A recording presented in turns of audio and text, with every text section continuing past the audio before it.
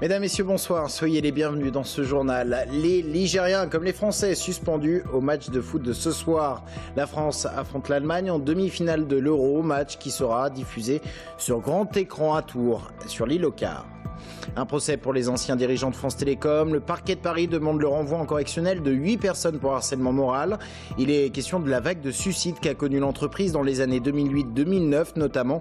La Touraine n'avait pas été épargnée à l'époque, c'est ce que l'on verra. Et puis à la fin de ce journal, focus sur un projet de voie verte dans le Richelet. Une piste cyclable d'une vingtaine de kilomètres reliera dans un an chinois à Richelieu. Plus qu'une voie verte, un véritable projet culturel et numérique qui mettra à l'honneur les personnages de Rabelais, Richelieu ou encore Jeanne d'Arc. On est tous ce soir suspendus ou presque à la demi-finale de l'Euro qui oppose la France à l'Allemagne. 2 ans après leur élimination en Coupe du Monde par les Allemands, les tricolores peuvent-ils obtenir leur revanche ce soir? Les pronostics allaient en tout cas bon train aujourd'hui. Réponse ce soir à l'île aux Cars notamment où un écran géant a été installé pour les Tourangeaux. Romain Delville. Ce matin, l'écran géant sur l'île aux Cars continuait d'être mis en place avec détail qui a son importance, la parabole. Demi-finale ce soir, finale avec le Portugal dimanche. Mais la question du jour, c'est de savoir si cet écran va retransmettre la victoire de l'équipe de France ou celle de l'équipe d'Allemagne. Moi je suis pour la France parce que je suis né en France. Après je sais que l'Allemagne c'était une bonne équipe. Et c'est ce qui a changé depuis les France-Allemagne de 1982 et de 1986. La fin d'un chauvinisme aveugle et cocardier. Je suis plus pour l'Allemagne moi. La force de persuasion. Elle peut gagner parce que l'Allemagne déjà est le vainqueur depuis une cinquantaine d'années. Et à force de gagner, un jour on peut perdre, voilà, tout simplement. Donc je vais dire mon pronostic, 2-1 pour la France. Voilà. Je n'ai pas une grande passion pour l'équipe de France et ça fait très longtemps pour la mentalité des joueurs de l'équipe de France. Justement, 2 joueurs qui ont joué ensemble à Tours sont devenus des tauliers de l'équipe de France. Olivier Giroud et Laurent Koscielny. Ça joue à Tours, hein. Ça fait plaisir d'avoir 2 joueurs qui ont participé au championnat, dans le club de Tours et qui aujourd'hui portent les couleurs de l'équipe de France. Et sur la place Plumereau, qui se prépare elle aussi à vivre un nouveau France-Allemagne, il faut trouver un patron de bar pour avoir une vision optimiste de la demi-finale. Pourquoi la France va gagner 2-1 ou 3-1? Parce que les Allemands, ils ont déjà gagné beaucoup de choses et je pense qu'ils vont rentrer sur le terrain avec beaucoup d'énigmes. Ils vont essayer de jouer très fort, mais je pense que les Français y croient jusqu'à la fin et ils le méritent. Et dans ce cas, si la France rejoint le Portugal en finale de l'Euro, alors la fan zone à la Tourangelle sur l'île aux Cars retrouvera son esprit cocardier. Et hier soir, Romain Delville y faisait allusion, c'est le Portugal qui obtenait sa qualification pour la finale de l'Euro en battant le Pays de Galles 2-0. Qualification largement fêtée par la communauté portugaise de Touraine à coups de klaxon dans le centre-ville de Tours. Image ici de la place du Grand Marché paralysée pendant une vingtaine de minutes par des dizaines de supporters sur les coups de minuit. Dans l'actualité également, le harcèlement moral chez France Télécom bientôt reconnu. Le parquet de Paris demande en tout cas le renvoi en correctionnel de 8 personnes dont l'ancien PDG de l'entreprise, Didier Lombard. Il est question de cette vague de suicides qui a concerné les salariés de France Télécom, particulièrement dans les années 2008-2009. L'Indre-et-Loire avait été également concerné. Plusieurs salariés tourangeaux s'étaient suicidés. Les méthodes de management étaient pointées du doigt par les syndicats. Amanda Breuer-Rivera. Aujourd'hui encore, on ignore les conséquences exactes des suppressions massives d'emplois et des reconversions ou déplacements forcés à France Télécom entre 2008 et 2011.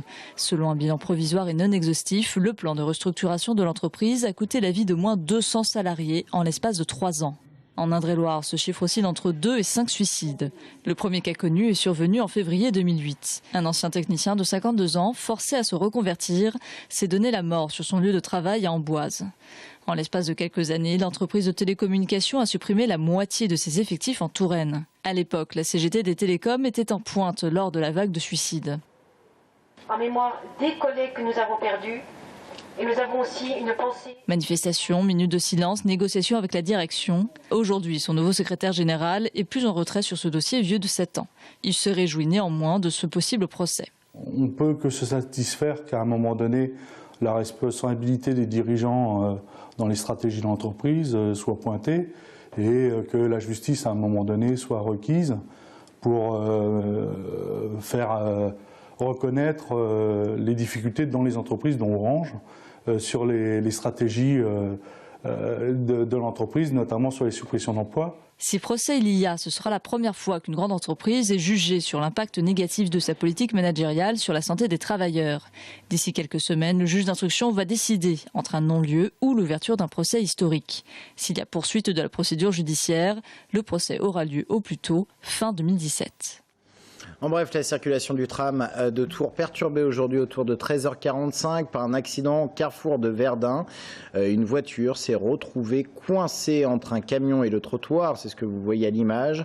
Le chauffeur du poids lourd ne l'avait pas vu. La conductrice a été légèrement blessée et le poids lourd lui est resté bloqué quelques temps sur les voies du tram, d'où la perturbation du trafic. Toujours en bref, les résultats du brevet 2016, ils ont été publiés. Taux de réussite de 87% dans l'Académie Tours-Orléans, taux qui atteint même les 87,9% en Indre-et-Loire et les 91,5% dans le Loir-et-Cher. Lilywood and the Prick, Brigitte ou encore Ron, Étienne de Crécy ou Mister Oiseau. Le festival Terre du Son ouvre ses portes demain sur le site du château de Candé au sud de Tours. Un rendez-vous très attendu comme chaque année. Bastien Mathieu assisté aux préparatifs.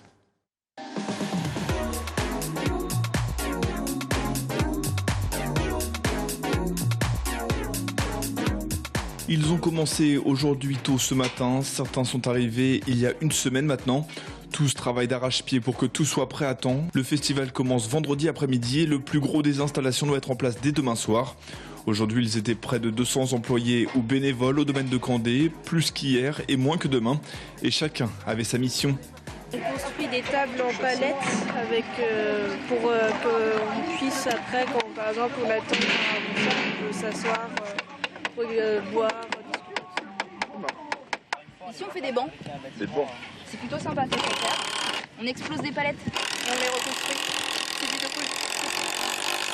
On installe des toilettes sèches. Intéressant. Ouais, c'est chouette. Voilà, pour faire du pipi dans du compost sans polluer. Une grosse installation. Pour sa 12e édition, l'ASSO, l'association Spectacle Sport Organisation, qui organise le festival, est maintenant rodée. Aujourd'hui, Terre du Son, c'est un budget de près d'1 800 000 €, dont 8% de subventions publiques. Un budget en constante augmentation dans l'optique d'accueillir au mieux les spectateurs. Des spectateurs qui viennent de plus en plus nombreux. L'année dernière, le record avait été battu avec 48 500 entrées. L'objectif, c'est d'arriver sur le même chiffre que l'an dernier, 48 500. Donc un objectif un peu élevé, mais on est assez confiant. Puis la météo a l'air d'être bien avec nous cette année, donc on espère pouvoir faire au moins aussi bien que l'année dernière. Avec 3 jours de concert, Terre du Son s'est imposé comme le plus gros festival de musique actuel de la région, avec des choix plus ou moins variés. En tout, vraiment sur l'espace payant, on n'a pas loin d'une soixantaine de concerts, environ une vingtaine, entre 20 et 22 par jour. Et après, il y a aussi la partie village où là, on accueille pas loin aussi une vingtaine de groupes ou de formations, de compagnies d'art de rue chaque jour.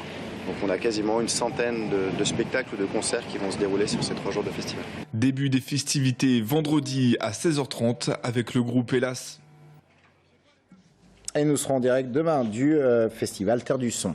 Direction à présent le Richelet où un vieux projet voit enfin le jour. La vieille ligne ferroviaire datée du 19e siècle était en question depuis quelques années. Que faire d'elle? Une association militait pour conserver un train touristique. Finalement, c'est une voie verte qui va voir le jour. Une vingtaine de kilomètres permettant de relier Chinon à Richelieu. Elle doit ouvrir au printemps prochain. Elle dénote particulièrement pour son côté culturel et connecté. De grands personnages comme Jeanne d'Arc, Richelieu ou encore Rabelais y seront mis à l'honneur. Sabrina Meloult. Ce matin, sur le site de l'ancienne gare de Champigny-sur-Veude, les travaux battent leur plein. C'est ici, en partie, sur cette ancienne voie ferrée, qu'apparaîtra bientôt une piste aménagée réservée aux piétons et aux vélos. Une voie verte de 20 km entre Richelieu et Chinon, entièrement connectée. En effet, la traversée comptera 10 stations thématiques qui jalonneront le parcours. Les visiteurs y trouveront des outils numériques, des bornes audio installées notamment dans les 4 gares historiques qui les renseigneront sur les personnages qui ont fait l'histoire et la culture de ce territoire. Le cycliste ou le piéton aura la possibilité sur les gares, à proximité des gares, de pouvoir télécharger des applications qui lui raconteront l'histoire et au-delà de la vision des paysages qui sont extraordinaires entre Chinon et Richelieu, il y aura cette histoire qui a été une grande histoire par les personnages, je pense à Rabelais, à Balzac, à Jeanne d'Arc, à Richelieu bien sûr, mais aussi par l'architecture, les châteaux, bref l'histoire de tout un territoire, les produits locaux, et tout ça sera mis en scène dans les gares, entièrement réhabilitées tout au long de ce trajet. Au total, ce sont près de 37 km de rails qui doivent disparaître, un chantier de grande ampleur. Cet été, nous effectuons le terrassement qui va en septembre accueillir le revêtement définitif qui sera un ECF, un revêtement dur, durable dans le temps et qui sera couleur naturelle, couleur environnement, couleur sable. Cette voie aura une largeur de 2,50 m la plupart du temps, avec des portions à 3 mètres quand on se situera dans des espaces plus urbains, à l'approche de Chinon ou à l'approche de Richelieu. C'est une voie qui sera réservée exclusivement aux piétons et aux cyclistes. Aussi aux vélos électriques, puisque nous installerons des bornes électriques avec le syndicat d'énergie d'Indre-et-Loire sur les 4 anciennes gares. Près d'une centaine de prestataires travaillent sur ce projet qui aura nécessité un investissement de 3 millions d'euros. La voie verte devrait être praticable au printemps 2017. Il connaît un succès grandissant. Le lac des Bretonnières a joué les tours, un lieu de balade, des sentiers pour pratiquer la course et même un lieu de baignade. Seule ombre au tableau, aucun espace de restauration, mais cela devrait changer l'an prochain. Robin Deroux. Ça y est, les baigneurs du lac des Bretonnières de Joué-les-Tours pourront enfin profiter d'un restaurant juste ici, à quelques dizaines de mètres du bassin. Et ça fait 10 ans que je suis ici. Et je me suis toujours posé la question pourquoi il n'y a jamais eu personne qui a eu l'intention d'ouvrir un restaurant. Il y a un nom en cours, pour l'instant on va le garder un peu secret. Pas encore de nom, mais déjà un aperçu. 620 mètres carrés, 200 couverts et essentiellement des produits locaux. Nous avons eu à peu près une demi-douzaine de projets. Et nous avons retenu celui-ci puisque c'est vraiment celui qui s'intègre le mieux. Puisque M. Chénois nous a dit qu'il serait ouvert 365 jours par an, matin et soir. Il suffit de regarder autour de soi, le lieu est magique, les gens pendant qu'ils vont dîner, ils pourront voir des gens se promener, faire du bateau. Et les usagers du lac, qu'en pensent-ils dans tout ça? Leur avis est loin d'être unanime. Je pense que ça pourrait être bien parce qu'il y a beaucoup de jeunes qui viennent ici et après une journée, je pense que ça pourrait être bien. Je ne sais pas si c'est une bonne idée justement pour toucher au paysage de cet environnement qui pour l'instant est quand même assez bien pour toutes sortes de familles. Donc voilà quoi. Aujourd'hui, je pense pas que ça soit une très bonne idée d'amener du monde. J'ai vu la maquette, ouais, ça reste quand même dans le cadre des chalets en bois. Donc ça serait pas trop agressif. Mais ensuite, il faut voir ce que ça donne à la longue. Les travaux devraient débuter en septembre pour une ouverture au printemps 2017. La Fondation Rabelais lance un appel aux dons. Elle a besoin de 18 000 € pour financer un capnomètre. On vous en parle dans un instant.